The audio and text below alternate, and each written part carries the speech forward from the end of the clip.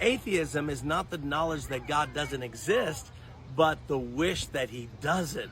Why do you do this? You're so stupid! Stupid, stupid, stupid!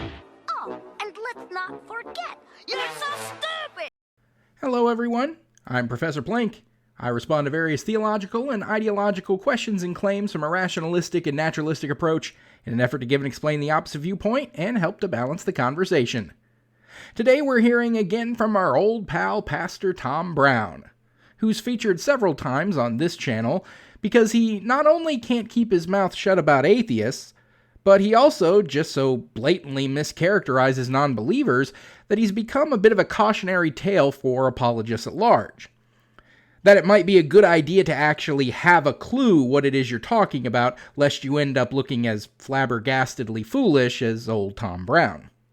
Or at least Tom should serve as a cautionary tale for apologists, if not for the fact that most apologists are so feckless, willfully ignorant, and arrogantly self-assured that no warning on earth would stop them from running at the mouth about atheism, even though it's crystal clear that they've never honestly considered any atheistic position.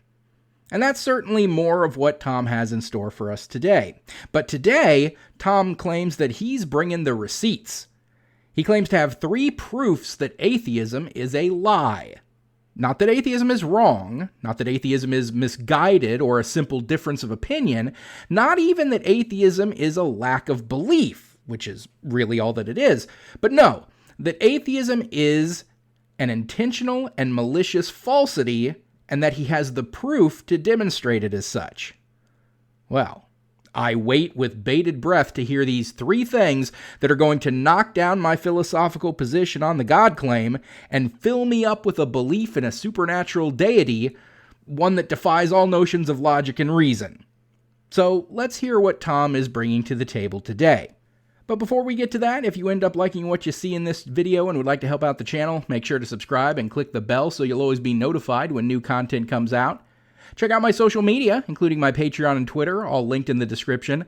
And of course, like this video, pop in a comment. All that goes a long way towards pleasing the YouTube algorithm, that happy, heretical heuristic helping heathens hunt down hermeneutical horseshit and harmonize with heterodoxical humanism. May it keep my channel motoring along. Now on to today's video. Atheism is not the knowledge that God doesn't exist, but the wish that he doesn't. Well, you are absolutely right on your first statement, Tom. Atheism is not the knowledge that God does not exist. Atheism is a lack of belief in the existence of any God or gods. Even when it comes to explicit, positive atheism, the atheists who assert strongly that God does not exist, they only have the belief that God does not exist, not the knowledge. Versus the explicit negative atheists and implicit atheists who only lack a belief in God. But no one on the entire atheist spectrum has first-hand knowledge that God does not exist. Just like no one anywhere on the theistic spectrum actually knows that God does exist, despite what they may claim. I mean, this gets to the whole idea from theism of divine hiddenness. The idea that God exists, but is using his omnipotent power to intentionally keep any and all conclusive evidence of his existence hidden from humanity. Because of some murky idea that if we knew for certain that God existed, it would somehow interfere with our free will. Or that God wants humans to choose to believe in him and worship him without evidence of his existence. Even though he apparently had no problem with showing up and showing off back in Egypt with Moses, and then showing off with Jesus and all of his supposed miracles, and the dozens and dozens of other times that God revealed and conclusively proved himself to people all over the Bible. But apparently God changed his mind about that later on, even though we're told by apologists over and over again that God is unchanging. That includes not being able to change his mind. You know, because of his omniscience and perfect knowledge of the future, he can't possibly decide that what was a right course of action in the past would suddenly become a wrong course of action in the future. And boy, oh boy, is this divine hiddenness thing as stupid as all get out and full of more holes than Batman's parents. But yeah, the point is that no one has real, demonstrable knowledge of the existence or non-existence of God. But here's the dirty little secret that apologists don't want you to know. You don't have to disprove something that's never been proven in the first place to make not believing in it a rational stance. Because atheists want to live in a world where they're not challenged to keep the moral laws of God. This is such a busted argument. Well, I mean, it's not even an argument. It's a claim at best, and a routinely falsified one at that. Whether it's by the countries with the highest percentage of atheism also having some of the lowest crime rates, or the near non-existent rate of atheism among the prison population, or the propensity for lower rates of violence correlated to atheism. Heck, atheists even tend to have lower rates of things that we don't even think of as wrong in the first place, but Christians do. Like, say, the divorce rate. Typically, secular people and non-believers have no problem with ending a marriage that's no longer satisfying for those involved, whereas Christianity does not allow for divorce, and any Christian who engages in such a practice and then gets into other romantic relationships later on is committing a egregious sin in the eyes of the Lord, according to church teachings. And yet, lower divorce rates among atheists as compared to any Christian denomination. Then, of course, there's the saddest game that you can always play. Google the words pastor arrested, and then go to the news section of the results and see what's been posted in just the last 24 hours. I've yet to not find one every single day I've ever tried this. But sure, Tom, atheists are the ones who are shirking moral behavior and failing to live up to God's moral edicts. I mean, shit, pal. If we're going by the supposed moral law of the Christian faith, atheists, by and large, are better Christians than most Christians. I want to share with you the 3 proofs that atheism is a lie. I think the first proof is that God made us believe in him. Ecclesiastes says that God put it into our hearts to believe in eternity.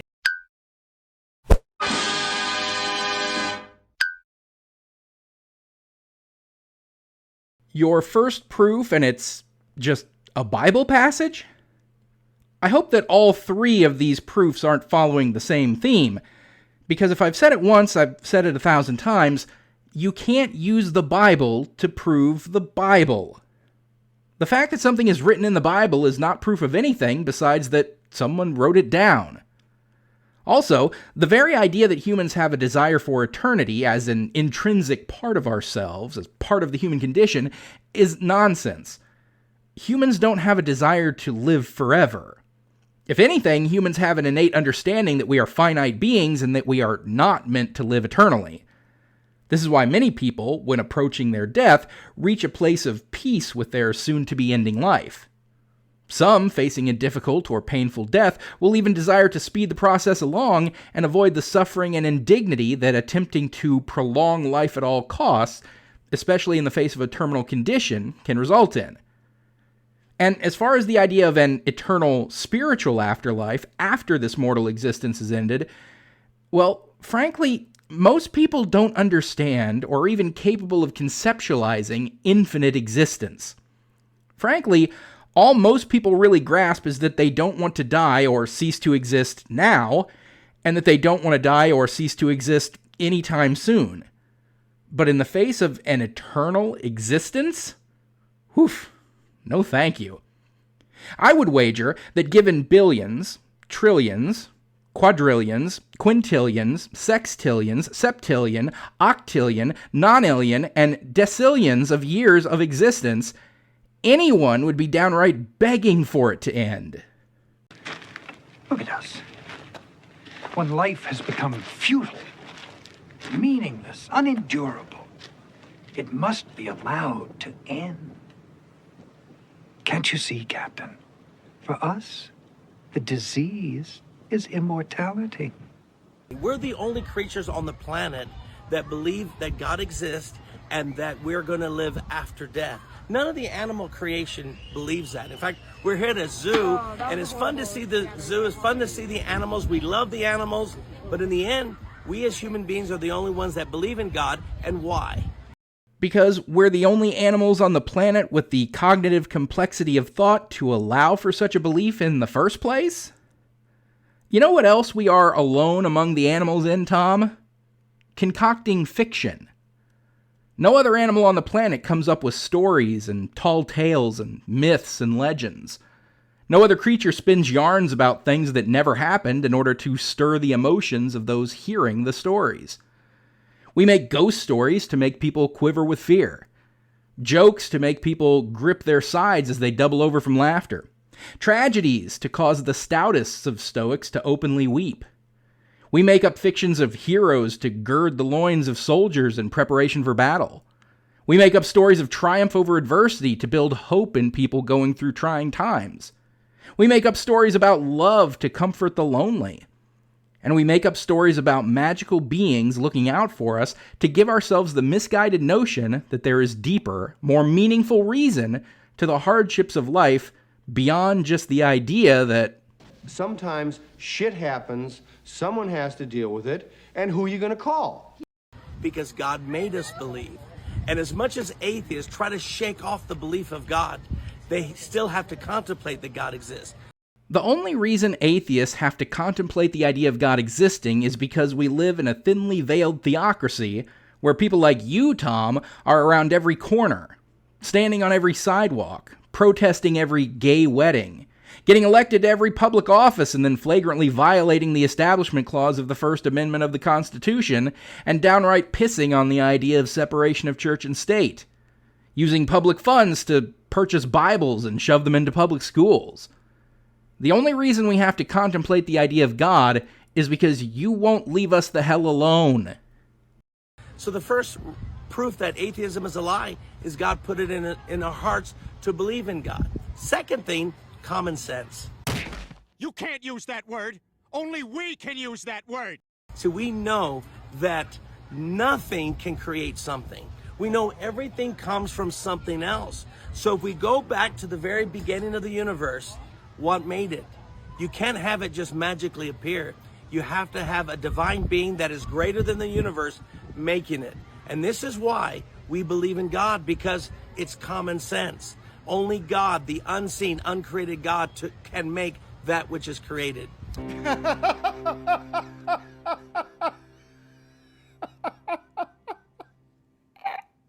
Not only has this claim from apologists been responded to and debunked ad nauseum, but Tom Brown has been specifically called out in tons of counter-apologist response videos from myself and others for making this exact bullshit assertion. Going back to the beginning of the universe, you say, Tom? Well, the Big Bang was not the beginning of the universe out of nothing. It is the expansion of the current presentation of our universe from an initial state of high density and temperature. There is no scientific, secular, or atheistic position that posits that there ever was truly nothing, nor that the current universe came from nothing. There is, however, one philosophy that does posit the whole of the universe coming from nothing, and that is theology. Specifically, Tom, to you, Christianity. Your faith posits that the universe came from nothing. That God, who you specifically characterize as being outside of time and space, literally spoke the universe into existence from nothing. It is not the Christian position that God took already existing energy or matter and reshaped it into the physical universe. If it were, they could argue that that would be in accordance with Big Bang theology, but they don't even say that. It's not the Christian position that God took part of himself, his own infinite being, and shaped that into the physical universe. It is not the Christian position that God took material from higher or alternate dimensions and shaped that into the physical universe. But that with nothing more than words, God spoke the whole of the universe into existence from nothing. So the whole idea of something coming from nothing is a theistic perspective. It's part of your worldview, Tom. Which is why it's so ironic and laughable when we see apologist proselytizers like Tom keep repeating over and over again that you can't get something from nothing.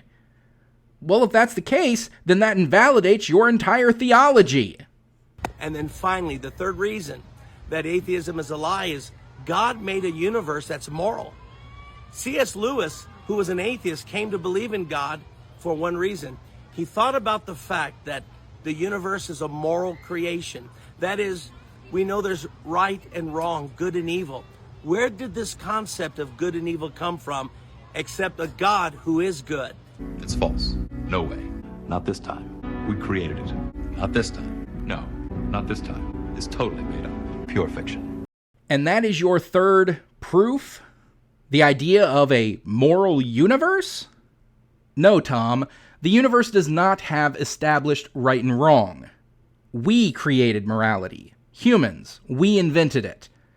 Morality does not exist absent of humans to impose it.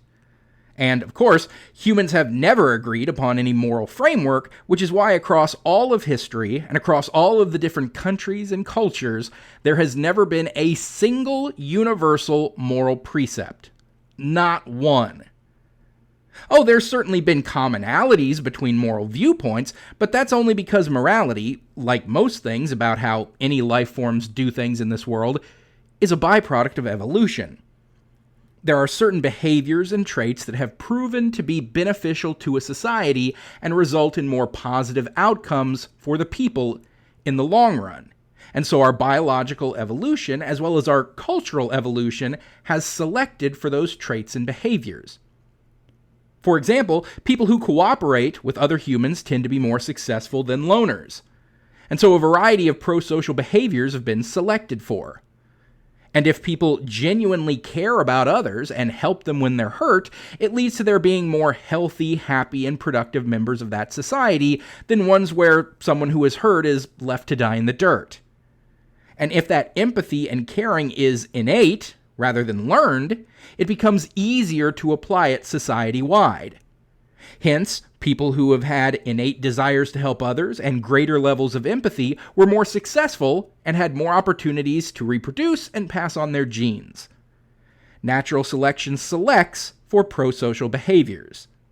And in keeping with that, a laundry list of expectations, directives, responsibilities, norms, and roles were built up within society to reinforce these pro-social behaviors. Things like don't murder, don't steal, don't lie, don't cheat, don't hurt or harm. These are all things that have a clear and understandable evolutionary establishment. And, of course, being the imperfect establishment of imperfect humans within imperfect societies, these moral precepts were and are equally imperfect. That's why there's exceptions to all of them. Mostly, they only tend to apply to people within one's own society. Killing a member of another culture, for instance, another tribe or country, is far less of an egregious moral failing than doing so to one's own. This is even true all over the Bible, where they are constantly having different rules applied to how people should treat outsiders versus their own. Fine to commit genocide against the Amalekites, but certainly not to the Israelites.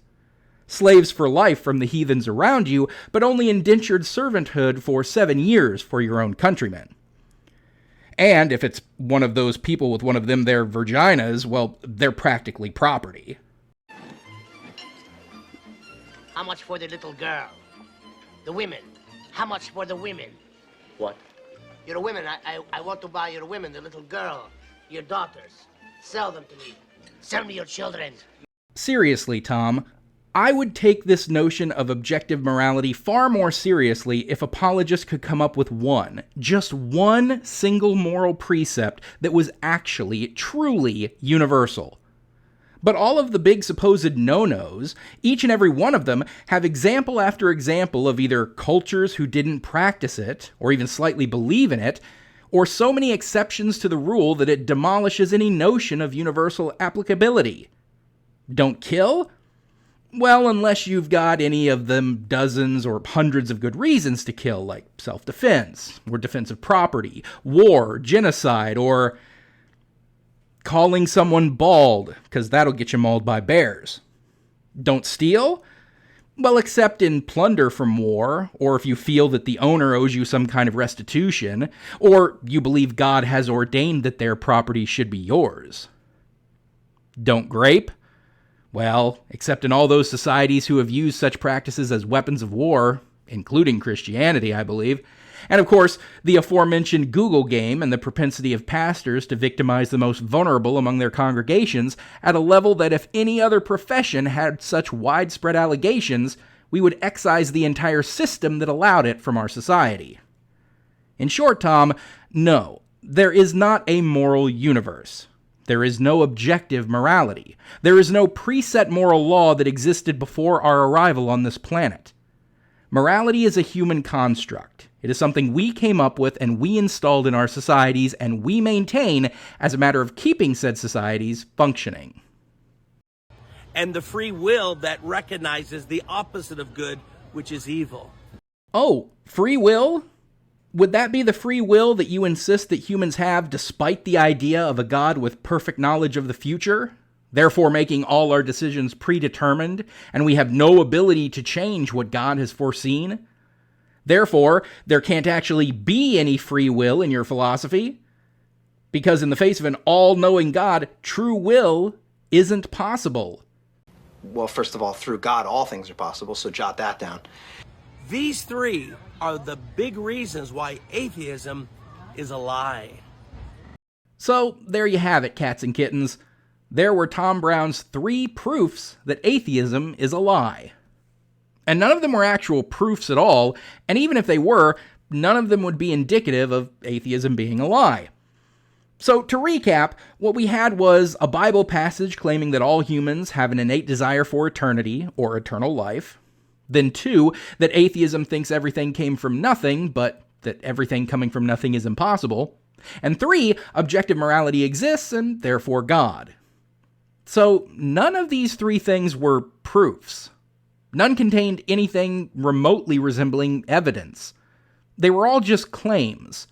The claim that everyone wants to exist forever, that nothing can't create something, and that's what atheists believe, and that objective morality exists and can only come from God. No evidence, no proofs, just claims. And bad ones at that. I would submit that no one has an innate desire to exist for eternity, only that most people don't want to die anytime soon. And that's a very different thing. It's a complete lie that atheists think everything came from nothing. While an atheist could think that, I'm unaware of any who do.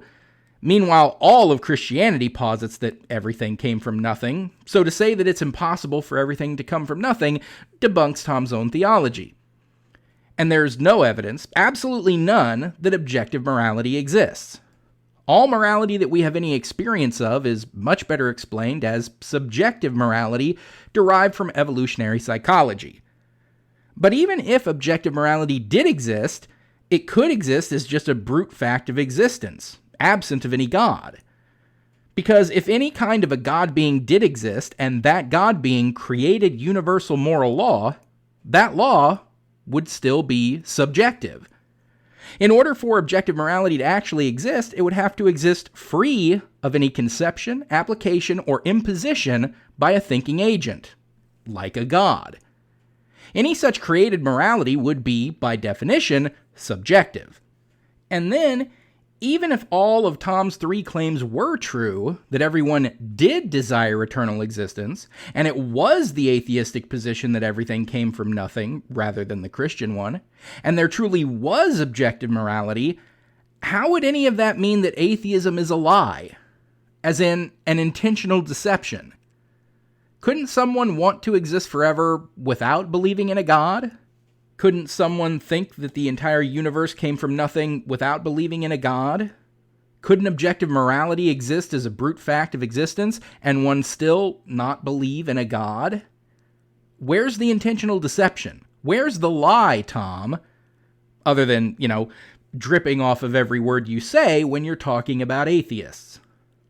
At any rate, I think we can all agree that Tom's trip to the zoo would have been more productive if he had put down the camera phone, stopped trying to evangelize, cleaned out the liquefying brain matter that was clogging up his ears, and actually listened to the zoologists and biologists who were, no doubt, trying to impart knowledge of our animal brethren to him. Because guaranteed, every one of the personnel at that establishment could have told him exactly why humans were the only animals to ever come up with myths and stories, and how it had nothing to do with some god making it that way, and everything to do with the changes in genetic populations over time. The evolution and natural selection that allowed us to make up Narnia and Middle-earth, Gandalf and Aslan, and the God Tom believes in. And so that is where we'll end things for today.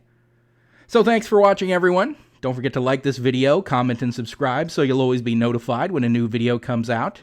Check me out on Twitter and Patreon if you'd like to support my work directly. My Teespring if you want some Plinky merchandise. All that link below in the description. Special shout out to my most recent super thankers here on YouTube, Salvi Mike, Squishy Senpai, and Autumnal Fling. Until next time, I'm Professor Plink reminding you to keep striving for greater understanding. It's the best way to get wherever you want to go.